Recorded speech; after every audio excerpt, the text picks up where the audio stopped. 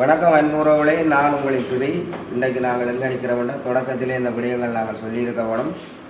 நேரங்கள் பற்றாத காரணத்தால் நிகழ்வுகள் ஆரம்பமாகிட்டது.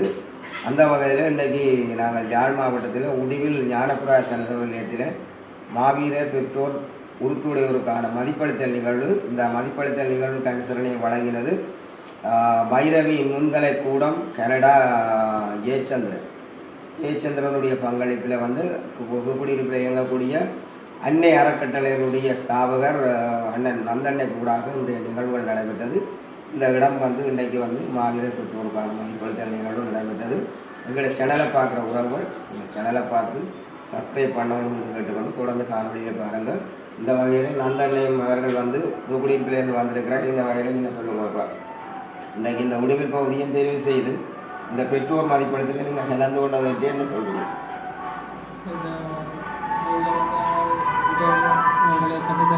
மதிப்பீடு விஷயத்தில் மிக மகிழ்ச்சி.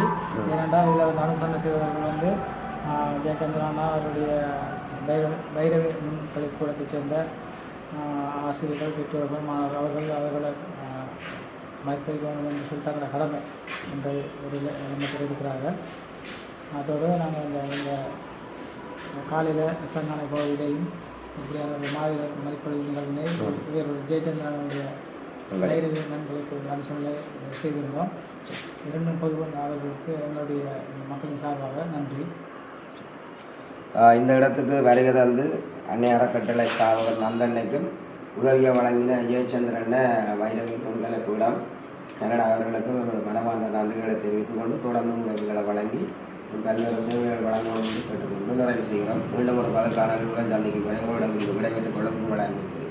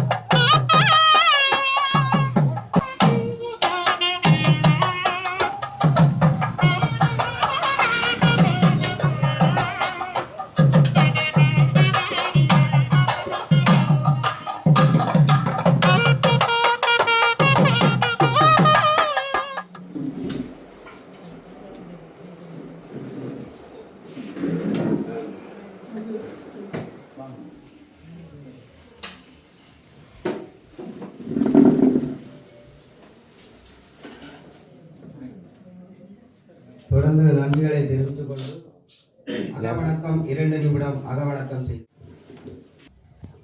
இது ஒரு சாதாரணமான ஒரு விடுதலை போராட்டமும் அல்ல.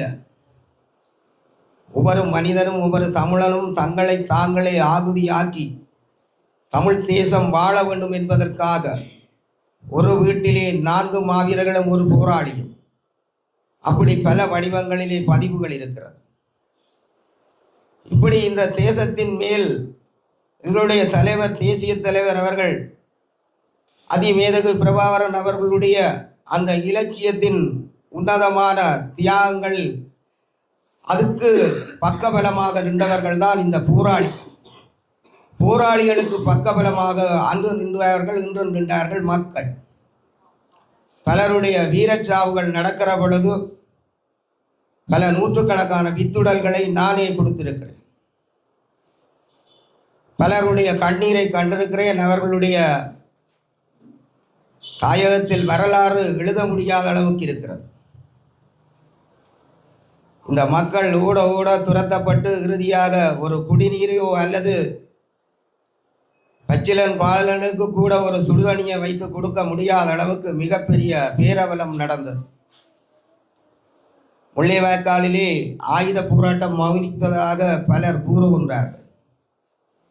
பலர் அந்த இடத்துக்கு போகாமலே பல கதைகளை விடுகின்றார்கள்.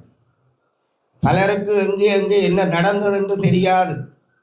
நிச்சயமாக ஒவ்வொரு மக்களும் நீங்கள் தர்மபுரத்துக்கு இங்கால, அப்படியே மயில்வானபுரம், தேவிபுரம், சுதந்திரபுரம், ஆச்சி தோட்டம், இரணப்பாலை, புதுமாத்தளன், சால, புதுமாத்தளன், பிள்ளையா கோயிலடி, பலையர் மடம், பொக்கண, பச்சை புல்மோட்டை, ரெட்ட வாய்க்கால், இறுதியாக கப்பல் ரோட்டு முள்ளிவாய்க்கால் ஆயுத போராட்டம் இறுதி கணம் வரை தொடர்ந்து நடைபெற்று கொண்டிருந்தது.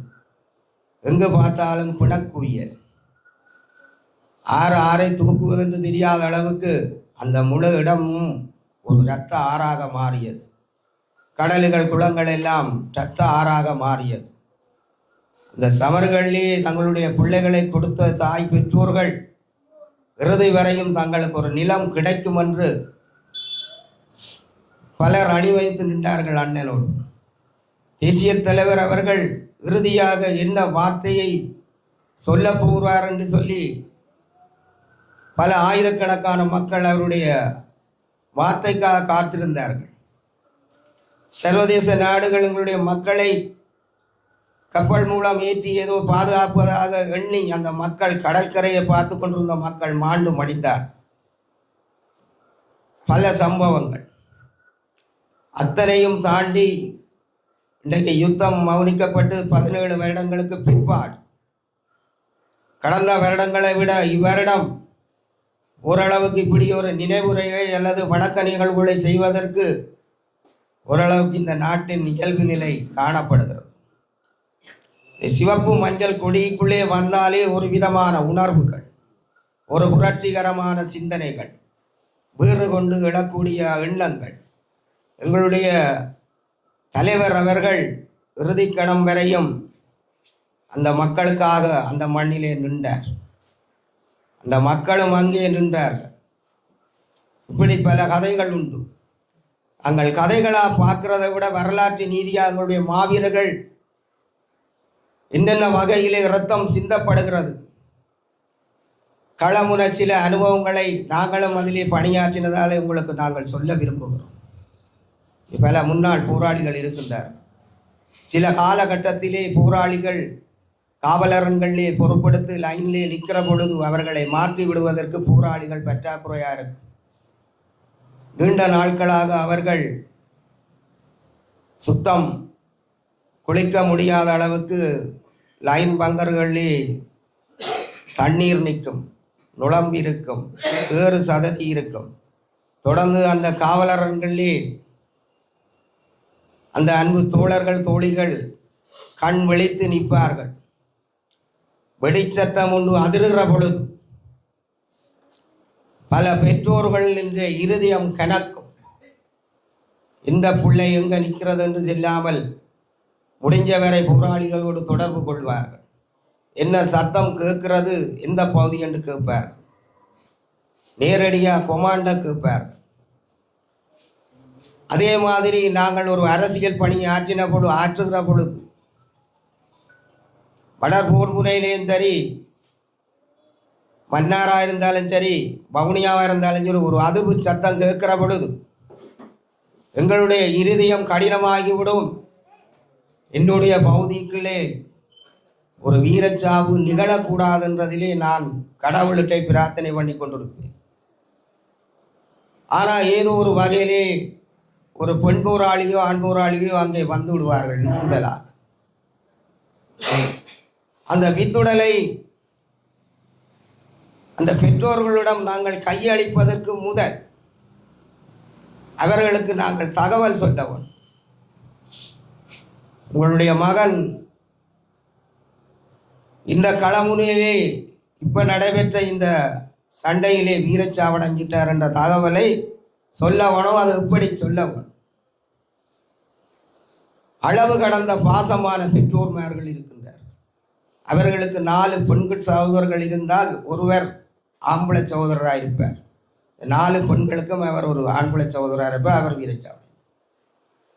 அந்த தகவலை நாங்கள் எப்படி அவர்களிடம் சொல்லி அந்த வித்துடலை கொண்டே அங்கே அவருடைய இல்லத்திலே கையளித்து அதுக்கு அகவணக்கம் செலுத்தி நாங்கள் துயிலும் இல்லத்தில் கொண்டே புதகுழியிலே விதைக்கிற பொழுது அது மட்டும் எங்களுடைய நாடி நரம்புகள் எல்லாம் நின்றுவிடும். அவருடைய உறவுகள் பதறுவார்கள். என்னுடைய வரலாற்றிலே லெப்டினல் சோபிகன் என்கின்ற ஒரு போராளி தங்கச்சியாருடைய திருமணத்துக்காக லீவிலே வந்து, அதாவது விடுமுறையில வந்து போறார். நான் அப்பொழுது கிளிநொச்சி பகுதியிலே பொறுப்பாயிருந்தேன். தங்கச்சியாருக்கு இன்னும் 6 நாட்கள் இருக்கிறது திருமணம் முடிப்பதற்கு. வந்துட்டு போன அன்பு சகோதரன் வித்துடலாக நாங்கள் கொடுக்க போறோம். இது நான் தான் அறிவிக்கவும் வேண்டும். ஆனால் அவர்கள் மிகவும் அளவு கடந்த பாசம் அந்த சகோதரன் மீது. ஆனால் அந்த பிரதேசத்தில் உள்ள மக்களோடு நான் கதைக்கிற பொழுது அவர்கள் வரமாட்டேன்னு சொல்லிவிட்டார்கள். நாங்கள் இந்த வீட்டுக்கு வித்துடல் கொடுக்கிறதுக்கு அறிவிக்க வர முடியாது. ஏதோ ஒரு வகையிலே நான் 5 பேருக்கு மேலே நான் கூட்டிக் கொண்டு போய் வீட்டிலே வேலை நடந்து கொண்டிருக்கிறது. இந்த போராளினுடைய அளப்பெரிய உச்சக்கட்ட உயர்நிலை தியாகத்தை நான் சொல்லியே தீரும். அங்கே எனக்கு தலைமையிலிருந்து கூப்பிட்டு கொண்டிருக்கின்றார்கள். ஓகே, ஒழுங்குபடுத்தியாச்சு. ஆனால் நான் போவதற்கு பயமாக இருக்கு. தகவல் சொன்னதுதான். இந்த சகோதரி நான் நினைக்கிறேன் 100 மீட்டர் வரும் வீட்டிலிருந்து அவன் வீட்டு வாசல் மட்டும். அங்கே இருந்து அவள் புறதட்டை அடித்து கொண்டு வந்து அந்த மரம் செடியெல்லாம் பட்ட வேதனைகள் ஒன்றும் வலிக்கிறது. அதுபோல ஒரு வாய் பேசாத ஒரு குடும்பத்தினுடைய அப்பா வீரிச்சாவடைந்து விட்டார் பாப்பாமட்டை. அந்த வித்திடல் நான் ஒரு படையணி நிகழ்வு, படையணிகள் பயிற்சி முடிஞ்சு அவைகளை வெளியேற்றுவதற்கு ஒரு சிறப்பு நிகழ்வு நடைபெறும். நந்தன் பயிற்சி பாசறையிலே நானும் அழைக்கப்பட்டு அந்த நிகழ்விலே நான் கலந்து கொண்டிருக்கிறேன். அப்பொழுது தமிழீழ அரசியல் துறையினுடைய துணை பொறுப்பாளர் எங்களுக்கு தகவல் அனுப்புகிறார். உங்களுடைய பிரதேசத்திலே ஒருவர் வீரச்சாவடைந்து விட்டார், ஆன விழுந்தார். அங்கே நாங்கள் அந்த தகவலை சொல்ல வேண்டும். இப்படி சொல்லுவது, நான் விசாரிச்சேன். 5 பிள்ளைங்க அப்பா மிகவும் வேதனையான நிலை. 5 பிள்ளையினுடைய அப்பாவை நான் அந்த இடத்திலே கொண்டே நான் இப்படி ஒப்படைப்பது. அங்கு சென்றோம். தகவலை சொல்ல பொழுது அந்த வாய் பேசாத சகோதரன் அவன் அன்று அந்த அவருடைய வித்துடலுக்கு மேல் பட்ட வேதனை ஒவ்வொன்றும் பதிஞ்சிருக்கிறது. 2006, 8, 11 பாரிய முகமாலை சமர் நடக்கிற பொழுது நான் மன்னாரிலே பணியாற்றி கொண்டேன். திடீரென்று நான் கிளிநொச்சி நகரத்தினுடைய ஒரு அரசியல் போராளியாக நான் அங்கே மாற்றப்பட்டு விட்டேன். அக்கறையில் நான் பொறுப்பெடுத்தண்டே 40 பேருக்கு மேலே வீரச்சா. அதிலே 7 பேர் என்னுடைய பகுதி. எனக்கு இடமும் தெரியாது. அந்த வீட்டிலே ஒரே ஒரு பொம்பளை பிள்ளை அம்மா யாவி பேச மாட்டேன். அங்கே போன உடனே ஒருவர் சொன்னார், அதான் சத்தம் போட மாட்டான், நீங்கள் ஆரம்பிக்கலாம். அவர் அன்றைய இருந்த கருத்தை சொன்னார். நான் போய் 27 வயது நிறைந்து ஒரு பெண் போராளி. அப்பொழுது அந்த போராளியினுடைய வித்துடலை சொல்லி கொடுக்கிற பொழுது அம்மா என்ன சொல்லி அழுதா என்று எனக்கு தெரியாது. ஆனால் அவளுடைய 2 கண்களிலும் இருந்து வடிந்த கண்ணீரை மட்டும் என்னால் உணரக்கூடியதாக இருந்தது. அதேபோல் ஆனவளந்தான் எட்டாங்கட்டை பகுதியிலே ஒரு 5 பிள்ளைகளுடைய தகப்பன் ஒரு போர்வீர்.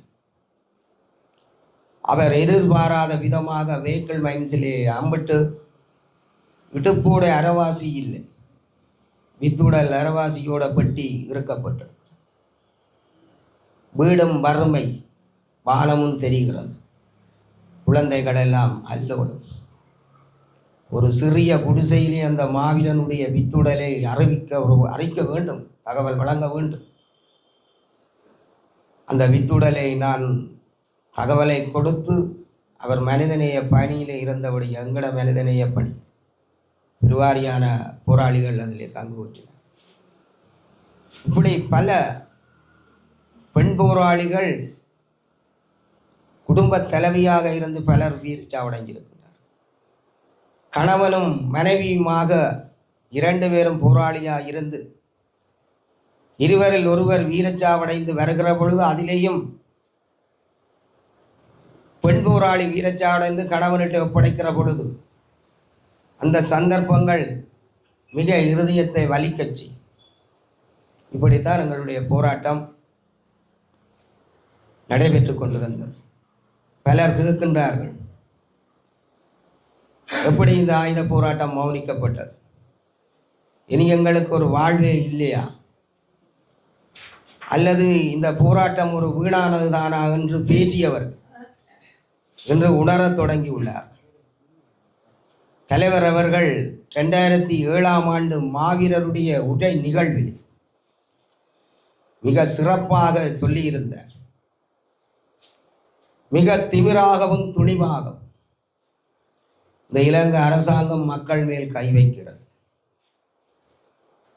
ஆனால் நாங்கள் எங்கேயோ இங்க மூலையில இருந்தால் நாங்கள் ஒரு தமிழன் இருக்கும் வரை குரல் கொடுப்போம். அடுத்த கட்ட போராட்டத்தை மக்களுக்கு கையளிக்கின்றார். தலைவர் அவர்களோடு இருந்த பல உயர்நிலை தளபதிகள் இல்லை, 2ஆம் நிலை 3ஆம் நிலை வழிநடத்திய தளபதிகள் இல்லை.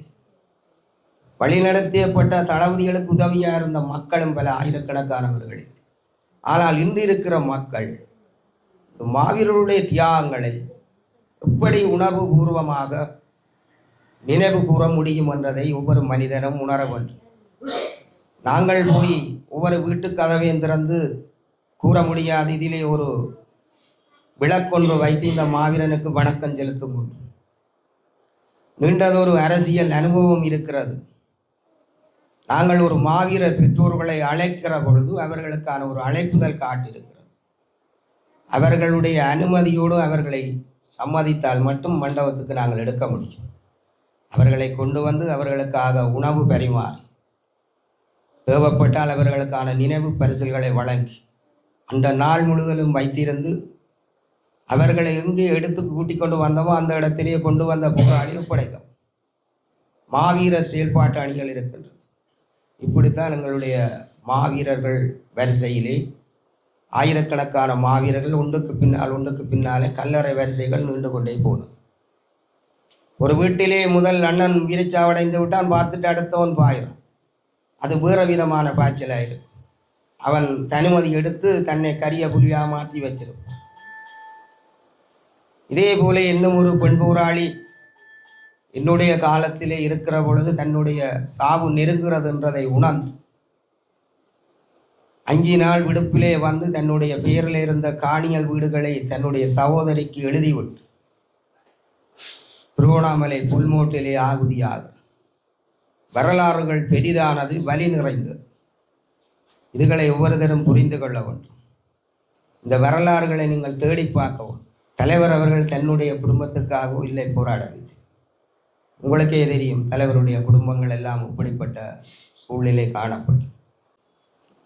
நான் ஆட்சி தோட்டம் ஆலமரத்தடியிலே போர்க்கருவி தொழில்நுட்ப கல்லூரிக்கு முன்பதாக ஒரு மணித்தியாலம் கூட இருக்கவில்லை. நான் ஒரு கேப்டராக பிக்கப் வாகனத்தில் என்னுடைய தாயாரையும் ஏற்றி கொண்டு போய் கதவு திறக்கும் முதல் மிகப்பெரிய ஒரு அடி, மின்னல் அடி. அந்த அடிக்குள்ளேயும் வந்துட்டு அவர்களுடைய 2 பேருடைய பிள்ளைகளையும் ஒரு கிடங்கிலே நான் என்னுடைய சகோதரனும் இணைந்து 5 பேர் ஒரே பனைக்கு கீழே நாங்கள் அவர்களுடைய உடலங்களை அடக்கம் பண்ணி போட்டு வந்து நீக்க இவர் குளறுகிறார். அடுத்த தேர முறைகளை விழுந்து 2 பேர் இறந்து விட்டார்கள். உளவு இயந்திரத்தின் மூலம் கொண்டு போறார்கள் என்று தெரியும். ஒவ்வொரு மனிதனும் மிக பாரதூரமான அழிவுகளை உங்கள் முள்ளிவாய்க்காலுக்கு போங்க, சிட்ட வாய்க்காலுக்கு போங்க.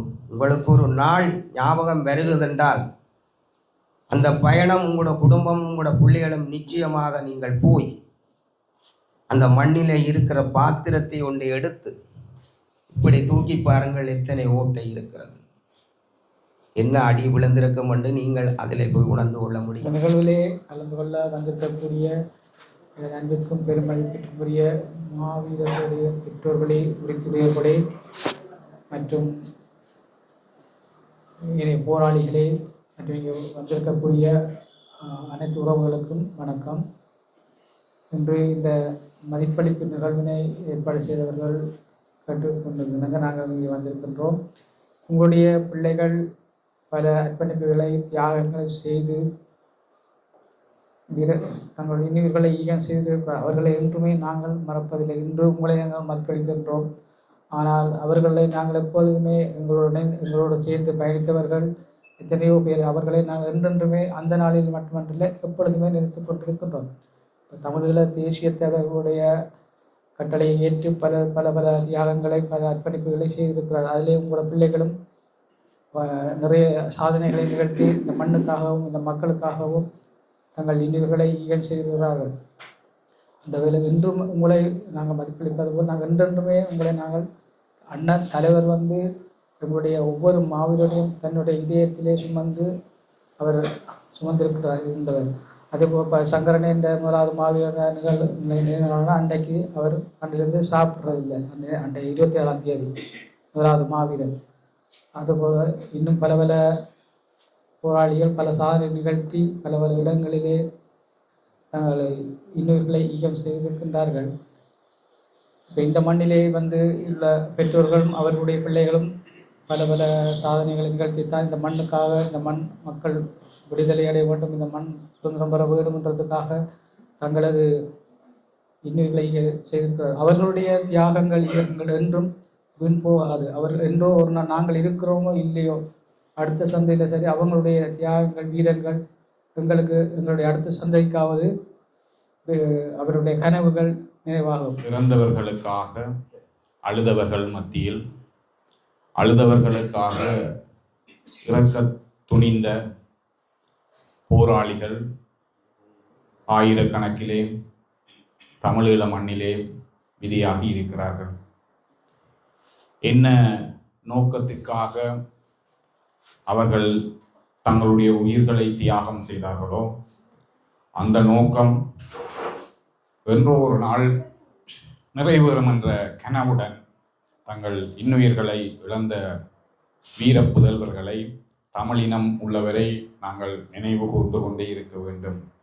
எந்த தடை வந்தாலும், எந்த அரசாங்கம் மாறி மாறி வந்தாலும், எப்படியான இராணுவ அடக்குமுறைகள் இருந்தாலும் நாங்கள் வீர மறவர்களை நினைவு கூறுவதை ஒருபோதும் மறந்துவிடக்கூடாது.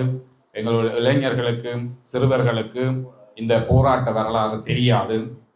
நாங்கள் இந்த நிகழ்வுகளை கொண்டாடுகிற பொழுது என்னென்று கேட்கிறார்கள், நீங்கள் அனைவரும் இந்த மாவீரர் நினைவாலயங்களுக்கு அல்லது மாவீரர் துயிலும் இல்லங்களுக்கு உங்களுடைய பிள்ளைகள் சகிதம் நீங்கள் கலந்து கொள்ள வேண்டும். அவர்களுக்கு இந்த வரலாற்றை நீங்கள் சொல்லிக் கொடுக்க வேண்டும். என்னத்துக்காக இவர்கள் விதியாகி போனார்கள், இப்படி ஒன்று இருக்குது என்று ஒருத்தருக்குமே தெரியாது. அதை கடத்துகிற பணியை அடுத்த சந்ததிக்கு இந்த தகவல்களை சிறியவர்கள் கூறிய பல விடயங்கள் போல இன்னும் நிறைய இருக்கிறது, யாருக்குமே தெரியாது. இதை சொல்ல வேணும். சொல்லுறதுக்குரிய களங்களை நாங்கள் ஏற்படுத்த வேண்டும். மாவீரர்களுடைய விவரங்கள் கூட இன்ற வரைக்கும் சரியான விவரங்கள் யாரிடமும் இல்லை. கொஞ்சம் கொஞ்சமாக சேகரித்து கொண்டிருக்கிறோம். அடுத்த வருடத்திலே அனைத்து மாவீரர்களுடைய பெயர்களும் காட்சிப்படுத்தப்படுகின்ற இடமாக வலிகாமம் தெற்கு மாறும். அதற்காக நீங்கள் அனைவரும் ஒத்துழைக்க வேண்டும். ஏற்பாடு செய்த அண்ணன் அவர்களுக்கும் கலந்து சிறப்பித்துக் கொண்டிருக்கிற உங்களுக்கும் நன்றி கூறி விடைபெறுகின்றேன். உங்களுக்கு பயம் இல்லையா? படம் எடுத்துட்டு போகிறாங்க. என்ன 2 போலீஸ் போயிட்டான் அன்னை படம் எடுக்கலாம் தெரிஞ்சாங்க. ஆனால் தாராளமாக எடுத்துட்டு போகணும். அப்படி நாங்கள் ஒரு துணிச்சலோடு நாங்கள் எல்லோரும் ஒரே குடையங்கள் இருப்ப வேண்டால் யாருக்கும் பயப்பட தேவையில்லை.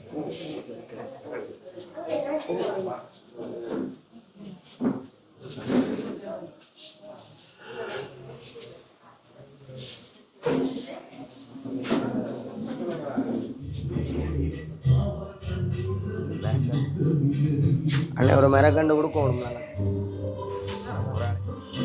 சரியா?